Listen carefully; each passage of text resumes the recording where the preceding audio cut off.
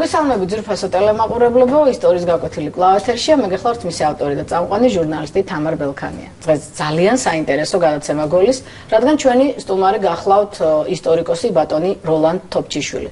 ხოლო საუბრის ძირითადი ხაზი იქნება საქართველოს სამოსის ისტორია, ჩოხა ახალუხი.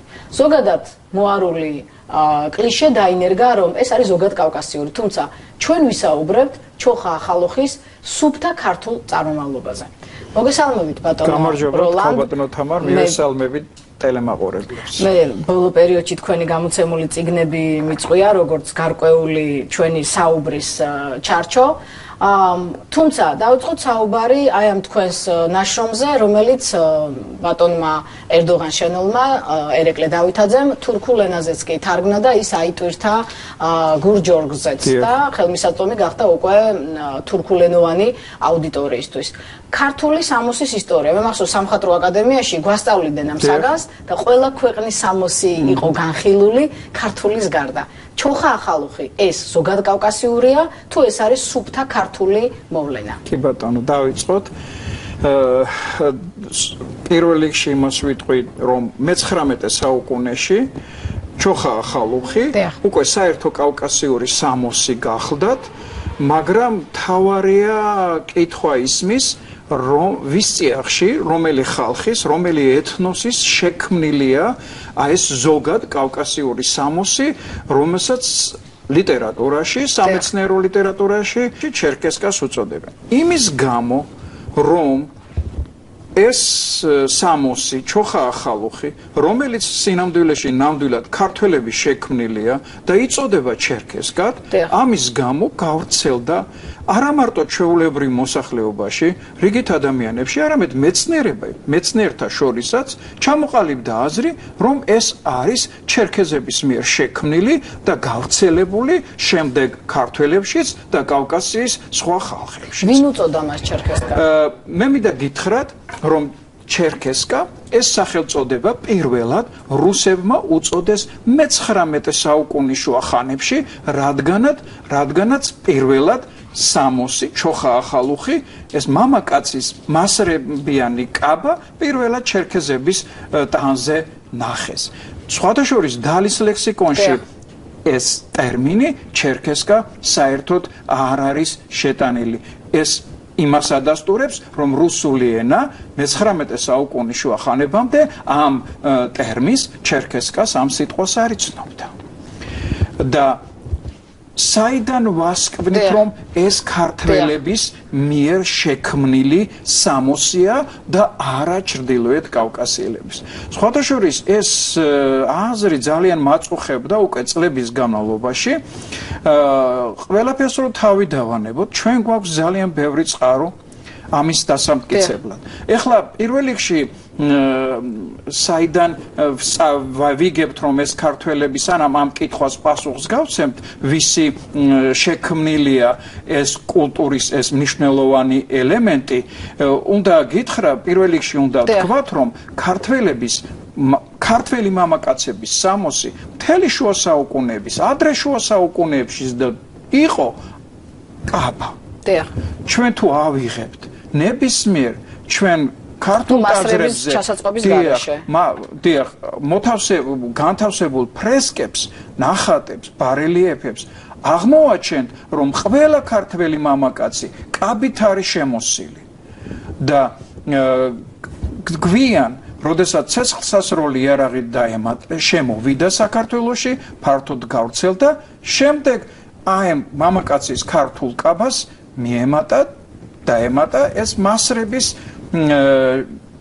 ჩასაწყობი, სამასრეები, ანუ საქილეები, როგორც უწოდებენ და ამის შემდეგ გავრცელდა ჩრდილოეთ კავკასიის ხალხებში და არა მარტო ჩრდილოეთ კავკასიის ხალხებში, არამედ იმდენად დიდი ეფექტი ჰქონდა ამ სამოს, იმდენად ლამაზი იყო და იმდენად მორგებული და პრაქტიკული და იმდენად დიდი მნიშვნელობა ჰქონდა იარაღის, ცეცხლსასროლი იარაღის არებელი ადამიანებისათვის, რომ კაზაკებშიც ძალიან გავრცელდა და ამის შესახებ სამეცნიერო ლიტერატურაში აღნიშნულია. მაგრამ ვახუშტი ბაგრატიონის აღნიშნავს ამის შესახებ, რომ ქართველი მამაკაცები კაბით იმოსებიან, მაგრამ ის კაბა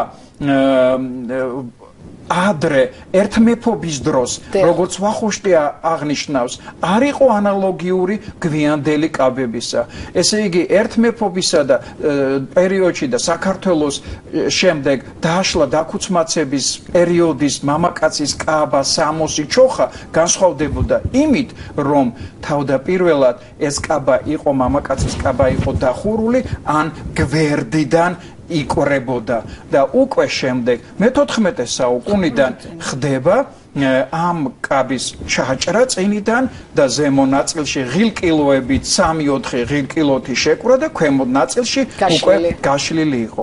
ეს სამოსი თანამედროვე ჩოხის ანალოგიური წინაპარი მამაკაცის კაბა ჩვენ უკვე დადასტურებული გვაქვს მე-14 საუკუნის ფრესკაზე, ლაღამის ეკლესიის ფრესკაზე, სადაც გამოსახულია ქტიტორი ქირქიშლიანი.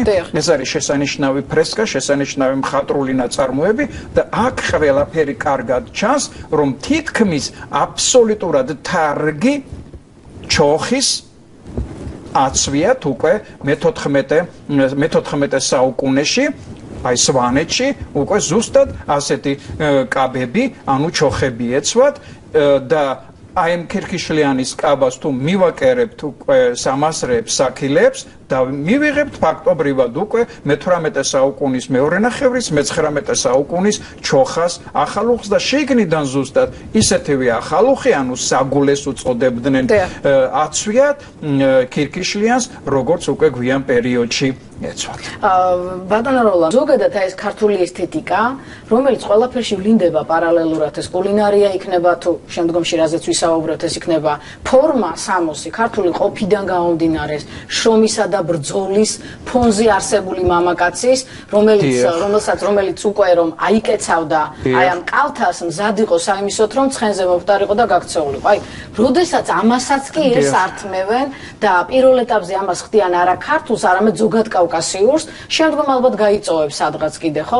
აი ამ დროს, ნუ თუ საქართველოში არ მოიძებნებოდა მაშინ ან დღეს ადამიანი, რომელიც შეისწავლიდა და უპასუხებდა იმ რუსულ მეცნე ისტორიოგრაფიას, სადაც უკვე დაფიქსირებულია და ძალიან ძნელია უკვე მსოფლიო საზოგადოების წინაშე იმის მტკიცება, რომ ეს ჩერქესკა არ არის ჩერქესკა და არის კავკასიური. ქალბატონო თამარ, მერწმუნეთ, იმიტომ რომ რუსულ ეთნოლოგიურ მეცნიერებაში კავკასიური სამოსი შესწავლილია, იყო ერთი შესანიშნავი ეთნოლოგი, ლენინგრადელი, მე მინახავს ის ადამიანი ახალგაზრდობის დროს, სტუდენეცკაია, რომელმაც დაწერა კავკასიური სამოსის შესახებ მონოგრაფია და რა თქმა უნდა, ჩემს ნაშრომში მისი მონოგრაფიაც მაქვს გამოყენებული და იქ პირდაპირ მიუთითებს რაც მე გითხარით რომ ეს ჩერკესკა გვიან გაჩნდა ეს ტერმინი, ეს მას აქვს მითითებული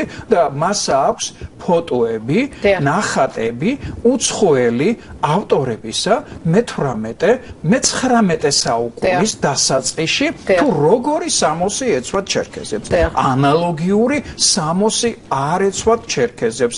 მინდა გითხრათ რომ ეს იყო ისინი შარვალს იცვამდნენ, შარვალი ეცვათ ქართველებს ჩვენ შარვალი რა იყო არ ვიცოდით, რადგან კაბის ქვეს არ სჭირდებოდათ ქვეშ შარვალის ჩაცმა, პაჭები ეცვათ და საწარმართული, ასე უწოდებენ, აი ესე იგი ერთს წამოიცვამდნენ მუხლამდე, მეორე მუხლის ზემოთ და განსაკუთრებით მუხლის ზემოთ საწარმართულს იცვამდნენ იმ დროს, როდესაც ცხენზე ჯდებოდნენ. საინტერესო ტერმინიც არის. დიახ და ეს დაუბრუნდეთ უკვე ისევ აი ამ ჩერქეზულ სამოს მე-18 საუკუნის ბოლოს და მე-19 საუკუნის ბოლოს სურათებზე ჩერქეზებს აცვიათ სრულად განსხვავებული აი დღევანდელი სპორტული კომბინეზონი რომ ავიღოთ ზუსტად ისეთი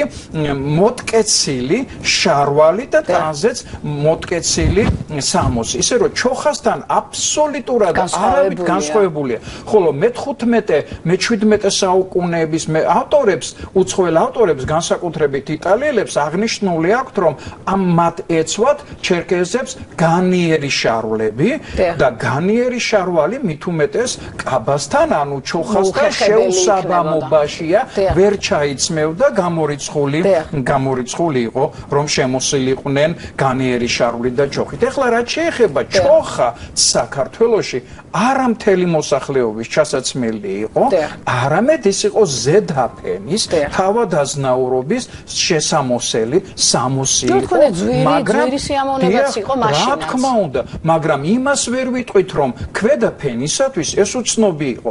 მაგალითად, ეთნოგრაფიული მასალებით სოფელ დიღუმში, შაშან ჩავიწერი ასევე ეთნოგრაფიული მასალა ზემო იმერეთში, ჩოხას იცვამდნენ გლეხებიც, მაგრამ როდესაც ბედნიერება ჰქონდათ, როდესაც ქორწილი ჰქონდათ, როდესაც სადღესასწაულო დღე ჰქონდათ. ანუ ეს იყო ქართველისთვის ამაღლებული.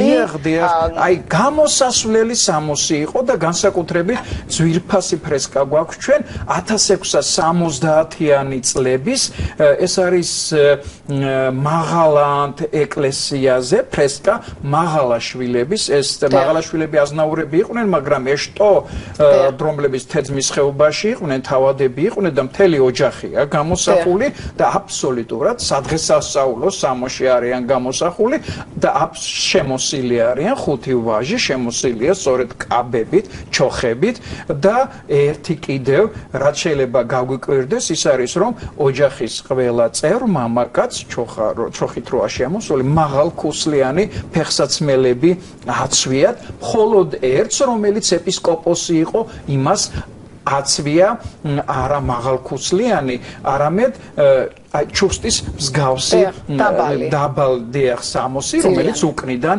გახსნილი იყო. აი დღესაც ძალიან პოპულარულია ჩოხა. აი დღესაც სწორედ და ძალიან ძვირი რა თქმა უნდა. დღესაც როდესაც რაღაც დღესასწაულია, ყველა ადამიანი, შეძლებითგვარად განსაკუთრებით ქორწილებში და თავისუფლებას აძლევს, რომ აი ჩოხა ახალუხით წარსდგეს საზოგადოების თუ თავისი ახლობლების წინაშე. რამდენიმე ხნის წინ ვიყავით თურქეთში, აღინიშნა საქართველოს დამოუკიდებლობის დღე და ჩემთვის რაც საინტერესო იყო, თურქეთელ ქართველებში ძალიან პოპულარულია ჩოხა ახალუხი და აი თქვენს წერილში აი ამ ქართული სამოსის ისტორიიდან ჩოხა ახალუხი წავიკითხე რომ აი მუხაჯირობის პერიოდში როდესაც საქართველოსდან წავიდნენ უცებ გახდა პოპულარული და არა ქართველებშიც კი პოპულარული. დიახ, გეტყვით, ესე იგი მხოლოდ სანამ ჩოხაზე თურქეთელი ქართველების ჩოხით შემოსვაზე ვიტყოდე, ორიოდე სიტყვით უნდა გითხრათ რომ უკვე გვიან პერიოდში მე-19 საუკუნის სადღასაც ესე 30-იან წლებში სამხრეთ-დასავლეთ საქართველოში, აჭარაში, სამცხე-ჯავახეთში თურქეთის ოსმალეთის იმპერიის შემადგენლობაში შემავალ ქართულ პროვინციებში ჩოხა შეიცვალა სხვა სამოსით, რომელსაც ჩაქურა ჰქვია. ეს არის ჩოხა გადაჭრილი წელის არეში და უკვე ჩაცმული შარვალი ეს აღმოსავლური ელემენტი, ესე იგი აღმოსავლეთის გავლენის შედეგად შემოვიდა, მაგრამ ქართველმა ჩოხაზე უარი არ თქვა, გადაჭრა შუაში თავისი ეს სამოსი და ჩაიცვა ეს შარვალი, რომელიც ზემოთ განიერი იყო, ქვემოთ ვიწრო და ამ სამოსით წავიდნენ ქართველი მუხაჯირები, რომელთა შთამომავლები თქვენ ნახეთ თურქეთში, გადასახლდნენ ოსმალეთის იმპერიაში 1878 წელს, შემდეგ წლებშიც მიმდინარეობდა ეს გადასახლება და მე მინდა ერთი პატარა ნაწყვეტი მოგიტანოთ, რამდენად ეფექტური იყო ეს სამოსი ახალო, ესე იგი ჩოხა ახალუხი კი არა, არამედ შემდგომში გავრცელებული მისი ჩაქურა, რომლითაც წავიდნენ 1893 წელს ერთ-ერთი თურქმა ავტორმა იმოგზაურა შავი ზღვის რეგიონში, სამსუნის მხარეში დასახლებულ ქართველებს შორის, ისწავლობდა ამ ქართველებს და ეს ციტატა აქ დიდია, მაგრამ ძალიან პატარა, აი ეს ციტატა ასეთია.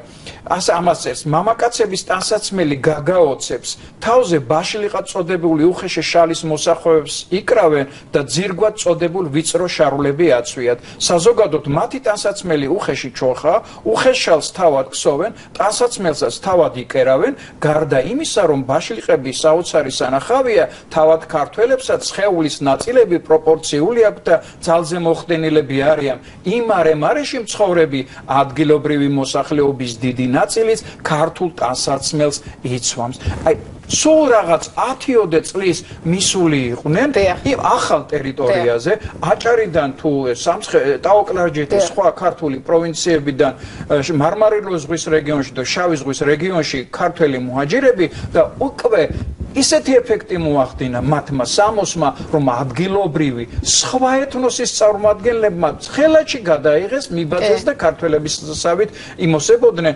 ასევე მოხდა ჩრდილოეთ კავკასიაში როდესაც ჩრდილოეთ კავკასიელებიდან უკვე ეს სასწრაფოდ გადავიდა გავრცელდა რუს კაზაკებში ეს სამოსი და ერთი კიდევ ამასთან დაკავშირებით გარდა იმისა რომ ჩვენ წყარო გვაქვს უცხოელი ავტორებისა თუ როგორ იმოსებოდნენ ჩერქეზები მე-15-დან მე-18 საუკუნის ჩათვლი გარდა იმისა რომ ჩვენ გვაქვს შესანიშნავი ფრესკები წყაროები რომ ჩოხა თვითონ ტერმინის შესამოსელის სახით ჯერ კიდევ ხანძთელის ცხოვრებაშია მოხსენებული ჩვენ გვაქვს აგრეთვე სხვა წყაროებიც იმის დამამტკიცებლად რომ ეს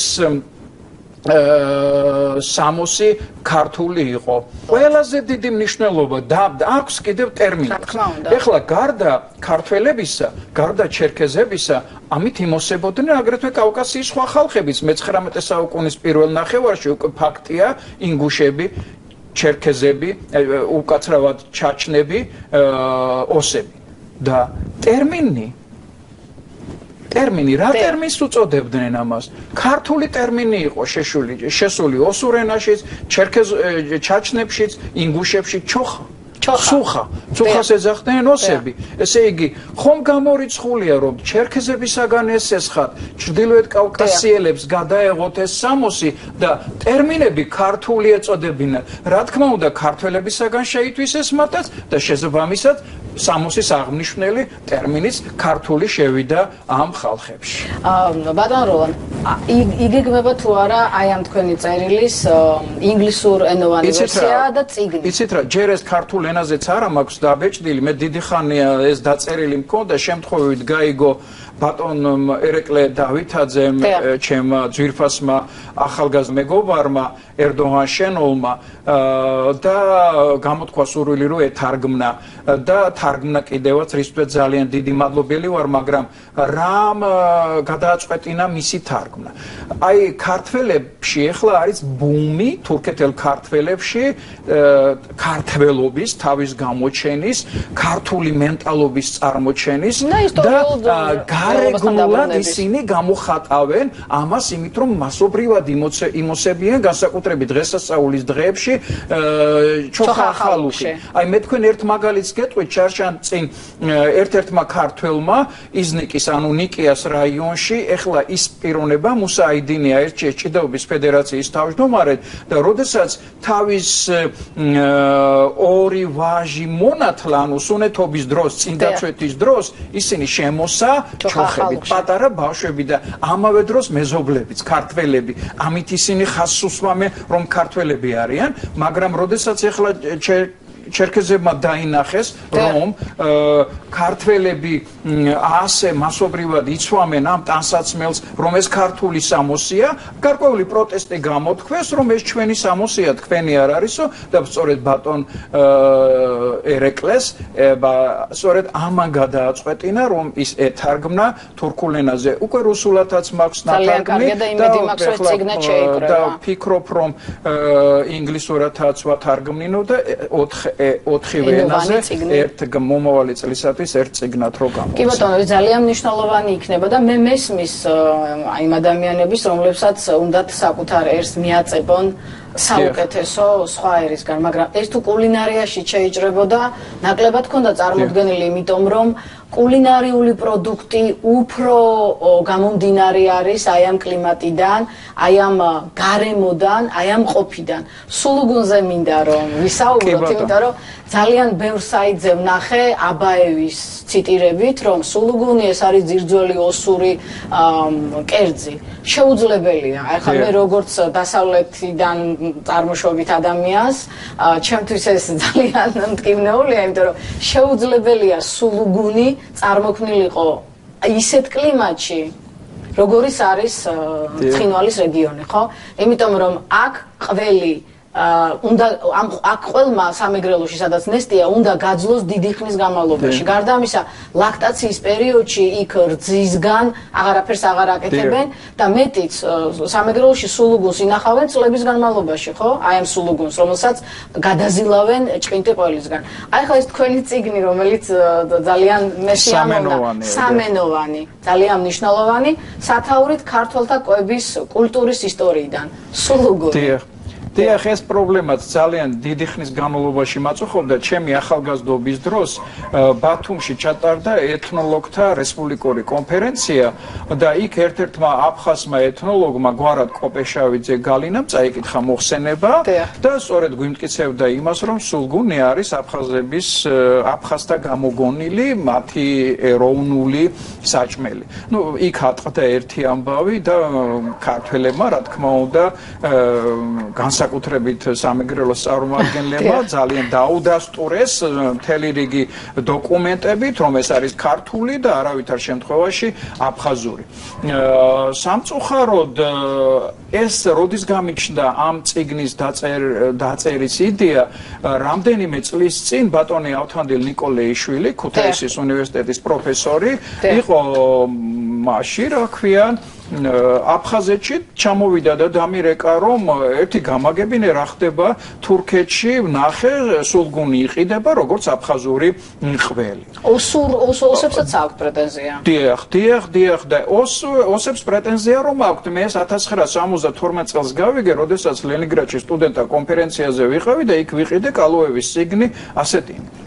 ხო და ჩემს გაოცებას საზღვარი არ ქონდა, რომ ეს კალოევი თავის ამ წიგნს ჩუქნიდა ქართველ კოლეგებს და არც ერთი ხმას არ იღებდა. მე შეიძლება შიგაც არ იხედებოდნენ, არ ვიცი.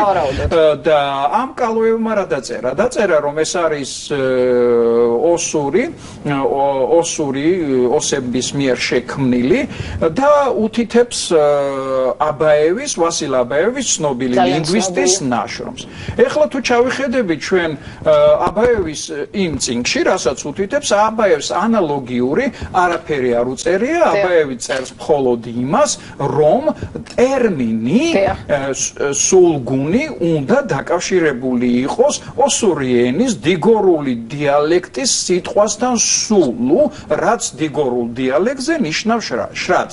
ეს არის და ეს აბაევს მეტი არაფერი არ დაუწერია და არ დაუწერია, რომ სულგუნი ოსების გამოგონილია და დასავლეთ საქართველოს მოსახლეობამ დიგორელი ოსებისაგან ისწავლეს სულგუნის გაკეთება. არა, უბრალოდ ეს ყალბისქმნელი ამას წერდა, მერე ყველა იმეორებდა ამ კალოევის ამ იმას და მერე უხერხულ მდგომარეობაში იქმნებოდა არა, რომ მათ არა აქვთ თუ ქონდა კულტურის ეს ელემენტი, როგორ დაკარგე, რანაირად მერე ერთ-ერთ ნაშრომში დაწერა, რომ აი მონღოლთა შემოსევების დროს, როდესაც ოსური კულტურა დააკნინდა, აი მაშინ დაიკარგა, მაგრამ მე დაიკარგა ოსებში სულგუნის კულტურაც. მაგრამ მე გეტყვით, 2 წლის წინ მოსკოვში გამოვიდა ეთნოლოგიისა და ანთროპოლოგიის ინსტიტუტის გრიფით დიდი წიგნი ასეტინი და იქ ვიღაც გაბუევა წერს, მისი ეს ნაწილია, რომ თურმე დღესაც ამზადებენ და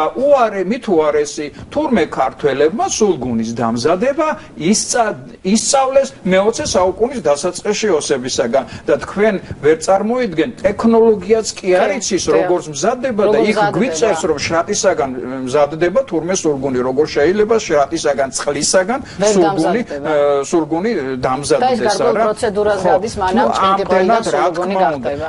და შემდგომ შებოლილ ყველას ჩვენ როდესაც საუბარი დავიწყეთ, იქ თქვენ ჩვენ აღნიშნეთ რომ ეს კლიმატით იყო ნამდვილად კლიმატით არის განპირობებული თუ შენ ადამიანი ჰარმონიაში არ ახარ იმ ბუნებრივ გეოგრაფიულ გარემოსთან ლანდშაფტთან სადაც ცხოვრობ ესა თუ ის ეთნოსი მაშინ იქ ვერ იცხოვრებ უნდა აიყარო და სხვაგან წახვიდე დასავლეთ საქართველოში არის ნესტიანი ჰავა იყო უფრო ადრე და არ ქონდა მეგრელ გლეხს ყველის დიდხანს შენახვის საშუალება მით უმეტეს იმ დროს როდესაც დეფიციტი იყო მარილის ფუჭდებოდა ჩვენ რომ ავიღოთ დავდოთ ერთმანეთის გვერდზე იმერული ყველი და სულგუნი იმერული ყველი უფრო მალე გაფუჭდება ვიდრე სულგუნი ეს მალე დიდხანს ინახება უფრო სულგუნი იმიტომ ინახება დიდხანს რომ ეს არის მოხარშული და გადაზენილი ყველი ეს მოხარშული და მით უმეტეს როდესაც შებოლავდნენ ის უკვე ძალიან დიდხანს ინახებოდა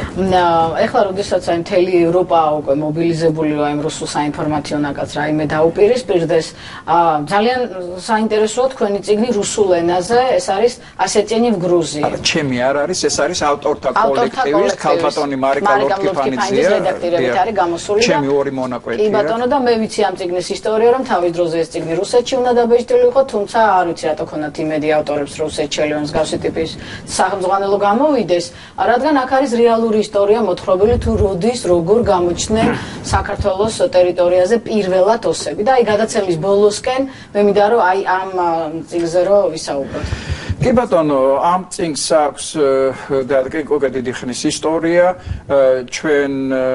ჩვენი კოლეგა არის ერთი შესანიშნავი ადამიანი ომარ გოგიაშვილი ისტორიკოსი პოლიტოლოგი რომლის ნათესავი ცხოვრობს მოსკოვში არის ბიზნესმენი და მან შეგვიკვეთა ამ წიგნის გაკეთება მის საბაბი იყო ის რომ მას მყავს ოსი მეგობრები და თვეში ერთხელ მიჰქონდათ წიგნი გაყალბებული ისტორია ქართულ-ოსური ურთიერთობების შესახებ და გვითხრა რომ დაწერეთ ერთი რეალური ისტორია და ჩვენ მე აქ დავბეჭდა უკვე მოლაპარაკებული იყო გამომცემლობასთან გამომცემლობამ უთხრა რომ თქვენ მოიტანეთ ფული გადაეხადეთ და ჩვენ დავბეჭდავთ ქალბატონი მარიკა ლორთქიფანიძის მეთაურობით ჩვენ ეს კრებული გავაკეთეთ 2011 წელს უკვე ეს წიგნი იყო მოსკოვში მაგრამ შემკვეთმა ვერაფრით ვერ მოახერხა ამ წიგნის დაწერა წიგნში რომელშიც კრებულში არის რეალური ისტორიები დიახ მე ამ დოკუმენტების შესახებ მაინც ერთ სიტყვას ვიტყვი რა დოკუმენტია დაბეჭდილი ვერაფრით ვერ მოხდიახ და შემდეგ ეს რუკები ჩემი გაკეთებულია მათი მიგრაციის ამსახველი რუკებია როგორ მოიწევდნენ მე-17 საუკუნის შუახანებში როდესაც შემოვიდნენ თანამედროვე საქართველოს ტერიტორიაზე ისტორიული საქართველოს ტერიტორიაზე მე-16 საუკუნეში ანუ დვალეთის ტერიტორიაზე რომელიც მიტაცებული აქვს რუსეთს და ჩვენს ფარგლებში აღარ შედის აი ახლა რაც დოკუმენტები რა ხან ახსენეთ გეტყვით წინა მსოფლიო ჩემპიონატი რო იყო იმ დღეს გამოწერილი მქონდა რუსეთიდან წიგნი მომივიდა ავტორი არის ვინმე ზახაროვი რომელიც მიეძღვნა დაიბეჭდა აი ამ 2008 წლის კონფლიქტის შემდეგ იქ წიგნების დიდი რაოდენობა დაიბეჭდა ჩვენი ლანძღვარდინების გითხარით თვე ერთი წიგნი მაინც გამოდიოდა ხო და გადავშალე თუ არა ზუსტად იმ ადგილზე გადავშალე სადაც წერია რომ ერგნეთში 1831-32 წლის კამერალური აღწერის დავთრებით არც ერთი ქართველი არ ცხოვრობდა ეს იყო ოსური სოფელი ხოლო აი 1990-იან წლებში როდესაც ქართულ-ოსური კონფლიქტი დაიწყო ეს უკვე ქართული სოფელი იყო ესე იგი ოსები გაგვიძევებია და ქართულ სოფლად გვიქცევია ერგნეთი რა მსოფლიო ჩემპიონატი გაუფუჭებიათ თქვენთვის დიახ სხვათა შორის მაშინვე წამოვხდი მე 50 საერთო რეული მაქვს კამერალური აღწერის დავთრები ამოწერილი არქივიდან რუსეთის მიერ შედგენილი 5 ასეთი აღწერა ჩაატარეს რუსებმა მე თვითონ მახსოვდა რომ იქ არც ერთი ოსური ეთნოსის წარმომადგენელი არ იყო და ქართველები ცხოვრობდნენ გადმოყარე ეს ჩემი რევლები ვიპოვე ყველა აღწერის დავთარში 90-დან 100 კომბლამდე ქართველი ცხოვრობდა მართლმადიდებელი ქართული გვარებით გრუზინი ყველას მიწერილი და ახლა ეს ავტორი არ უთითებს წყაროს კი მივხვდით 30-31 წლის კამერალური აღწერა ზოგადად, მაგრამ 254 ფონდში როა, ანაწერი მეორე რომ არის, საქმის ნომერი, გვერდები არ აქვს მითითებული, წავედი არქივში და დავასკანერე ეს აღწერის დავთვალე და სწორედ ეს არის შიგდადია.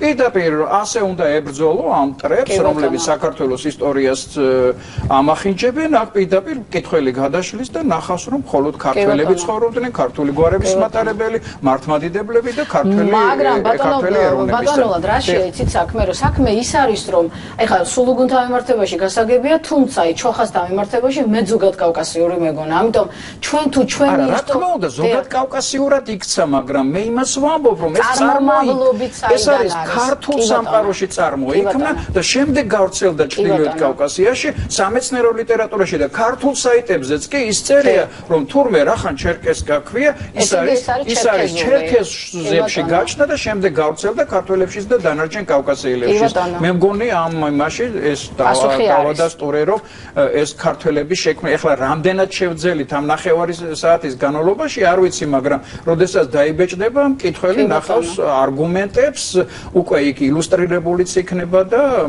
დარწმუნდებიან, რომ ჩვენს წიაღში წარმოიქმნა და არა ჩრდილოეთ კავკასიაში. კი ბატონო, მეორე წიგნი, რომელიც ასევე 2015 წელს არის გამოცემული თქვენს მიერ, ეს წიგნი არის ხალთა მიგრაციები, რომელიც ასევე 2015 წელს არის გამოცემული, რომლის რედაქტორების ნუგზარ მგელაძე, თამას პუტკარაძე და ბეჟან ხორავაა. ძალიან საინტერესო წიგნია, თუმცა ქართულენოვანი მხოლოდ და ალბათ ეს არის სახელმძღვანელო უნივერსიტეტის სტუდენტებისათვის ამ კურსს კითხულობ. აქ არის სოფლიოს ხალხების, სხვადასხვა ხალხების დიდი მიგრაციები, რაც იყო სოფლიოში, დაწყებული ბერძნული კოლონიზაციიდან და რომაული კოლონიზაციიდან ებრაელთა მიგრაციები, შემდეგ რუსული ექსპანსია, კოლონიზაცია, ყველაფერი და მეორე ნაწილი დათმობილი აქვს საქართველოს შიდა და გარე მიგრაციულ პროცესებს, დაწვრილებით არის საქართველოში მიმდინარე ისტორიულად და თანამედროვე მიგრაციული პროცესები წარმოქმნა და მათ შორის ოსთა საქართველოში მიგრაციის ვის კი რომელიმე რაც კი ეთნოსები ცხოვრობენ საქართველოში ყველა შესახება საუბარი და ყველაზე დიდი ფართოდ არის წარმოდგენილი ოსთა მიგრაცია საქართველოში დროის გადმოსახვედრად. მოვლენებმა სოფლიოში მიმდინარე მოვლენებმა კიდევ ერთხელ ცხადყო, რომ საბჭოთა კავშირი ეს მენტალური მოვლენაა და არ არის გეოგრაფიულ არეალში ჩაწერილი, ამიტომ ძალიან მნიშვნელოვანია იმ საინფორმაციო ომში ჩვენ, ანუ მეცნიერებს, ჟურნალისტებს და შემდეგ ვის რა პოზიცია აქვს კი არა, ვინ რამდენად ეროვნულ პოზიციაზე დგას, იმიტომ რომ ჩვენ თუ ჩვენი ისტორია ვერ დავიბრუნოთ, ჩვენ წინაც ვერ წავალთ. მაგრამ ეს უნდა სახელმწიფოებრივ დონეზე იყოს და არა ჩემნაირი მკვლევარების პირად ნებასურვილზე დამოკიდებული. დიდი ფიგურა ხართ ქართულ ეთნოგრაფიაში, რომ ესე ძალიან მნიშვნელოვანია, თუნდაც ერთი ადამიანის, ორი ადამიანის, სამი ადამიანის ნება, რომ ასე უყვარდეს სამშობლო. ძალიან დიდი მადლობა მოგეთხრა დღევანდელი სტუმრობისთვის. მე კი ჩვენს ტელემაყურებლებს შევახსენებ, რომ ჩოხა ახალუხი ეს არის ზოგად კავკასიური, თუმცა მისი წარმომავლობა არის ქართული. ჩვენი დღევანდელი გადაცემის სტუმარი იყო ბატონი როლან თოფჩიშვილი. ძალიან დიდი მადლობა ყურადღებისთვის, მომავალ შეხვედრამდე.